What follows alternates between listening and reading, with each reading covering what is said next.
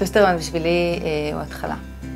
זה מקום של פתח לשינוי החברה. זה מתחיל בילד הקטן, אבל זה מתחיל ומתרחב לחברה הישראלית בכלל. שוסטרמן בשבילי זה הילדים שמחייכים ונהנים. בשבילי זה נתינה אינסופית. אני חושבת שילדים מקבלים פה קודם כל איזושהי אהבה ללא תנאי. ברגע שאתה נכנס בדלת ואתה חלק מהמקום הזה, אז אוהבים אותך. זה פינה חריגה בעולם הזה, של אנשים שנותנים את כל הלב והנשמה למען הילדים. אני חושבת שהעבודה בשוסטרמן עושה ללב שתי תנועות באותה מידה. מקבצת את הלב כשיש ככה מצבים מאוד מאוד טעונים וקשים, ומאוד מרחיבה אותו כשיש אפשרות באמת להגיע לקשר אמיתי, וככה לגעת בלב של הורה או בלב של ילד ולהגיע לאיזשהו שינוי. מקום שהצליח מאוד לשנות עולמות. יש פה איזושהי רוח שהיא כבר בתוך הקירות, שהיא נושבת אליך. זה קסום, זה מין פלנטה אחרת.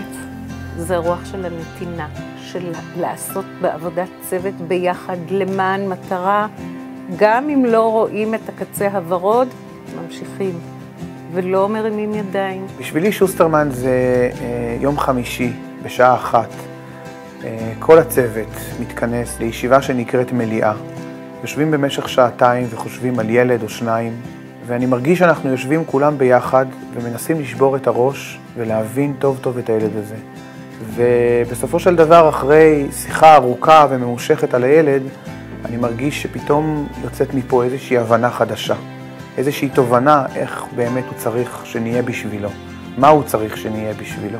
זה לא מקום עבודה רגיל, זה בית, לא מסתכלים על השעון, לא הולכים בשעה מסוימת.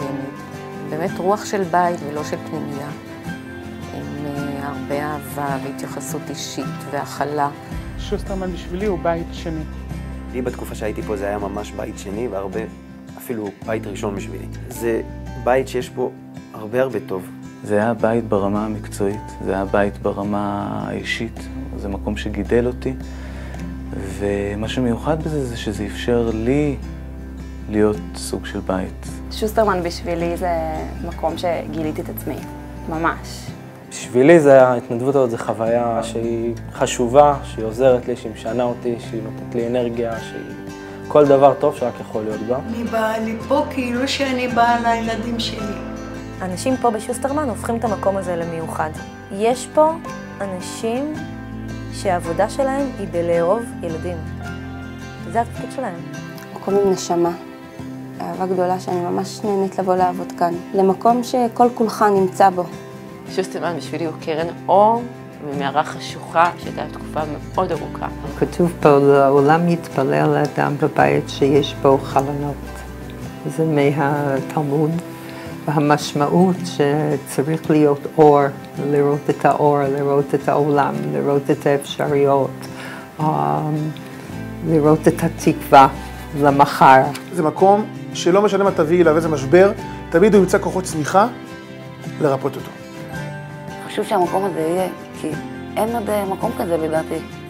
מקום שיכול לעזור SOS לילדים במצבים קשים.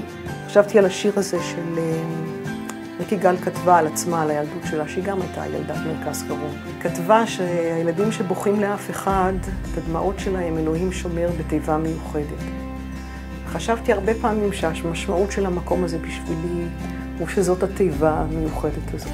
שפה ילד יכול לבכות וישמעו אותו ויראו אותו ויאהבו אותו בלי תנאי.